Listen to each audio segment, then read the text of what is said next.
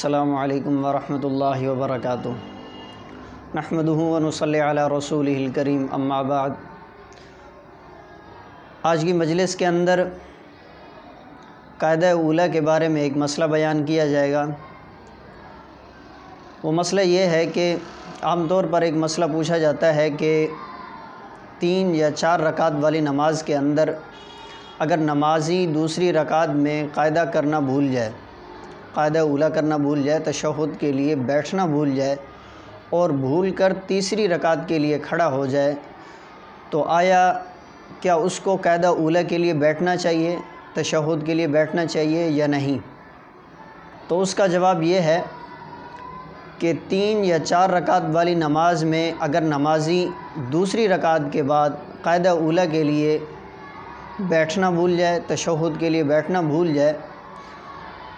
اور بھول کر تیسری رکعت کے لیے کھڑا ہو جائے، تو اس کے لیے حکم یہ ہے کہ وہ اب قاعدہ اولیٰ کے لیے نہ بیٹھے، تشہد کے لیے التحیات پڑھنے کے لیے نہ بیٹھے، بلکہ اسی طرح حسب ترتیب تیسری اور چوتھی رکعت کو پورا کرے اور پھر نماز کے آخر میں سجدہ سہو کر لے، کیونکہ قاعدہ اولیٰ یعنی 3 اور 4 رکعت والی نمازوں میں دوسری رکعت کے بعد بیٹھنا یہ واجب ہے، اور واجب کے ترک سے سجدہ سہو واجب ہوتا ہے۔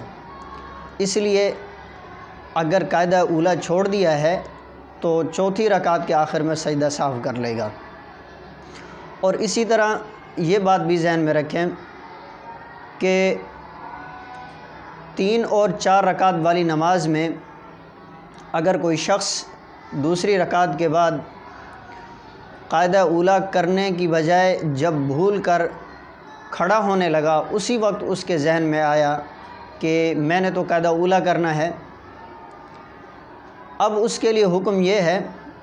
کہ اگر وہ کھڑا ہونے کے زیادہ قریب ہے تو کھڑا ہو جائے اور نماز کے آخر میں سجدہ سہو کر لے، لیکن اگر وہ بیٹھنے کے زیادہ قریب ہے تو پھر اس صورت میں بیٹھ جائے اور آخر میں سجدہ سہو کرنے کی ضرورت نہیں ہے۔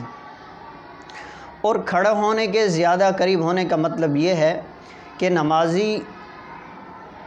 تیسری رکعت کے لیے اتنا کھڑا ہو چکا ہو کہ اس کے گھٹنے جو ہیں وہ سیدھے ہو چکے ہوں، گھٹنوں کے اندر خم نہ ہو۔